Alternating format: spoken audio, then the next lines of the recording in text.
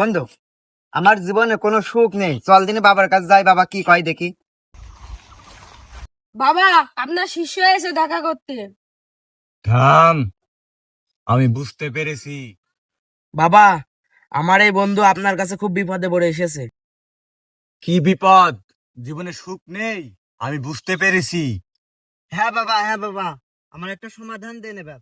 চিন্তা করিস না, তুই যেহেতু আমার কাছে আসছিস অবশ্যই তো বিপদ থেকে মুক্ত পাবি। হাম ছেলে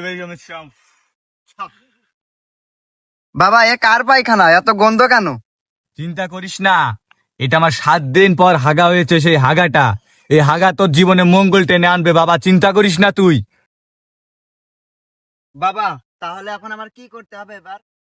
চিন্তা করিস না, তুই 7 দিন মুতার আগে হাগবি, তো সব সমস্যা সমাধান হয়ে যাবে। তুই এই কাইল্লা বাবার কাছে এসেছিস, আচ্ছা বাবা, ঠিক আছে। যা, জীবনে উন্নত করবি তুই।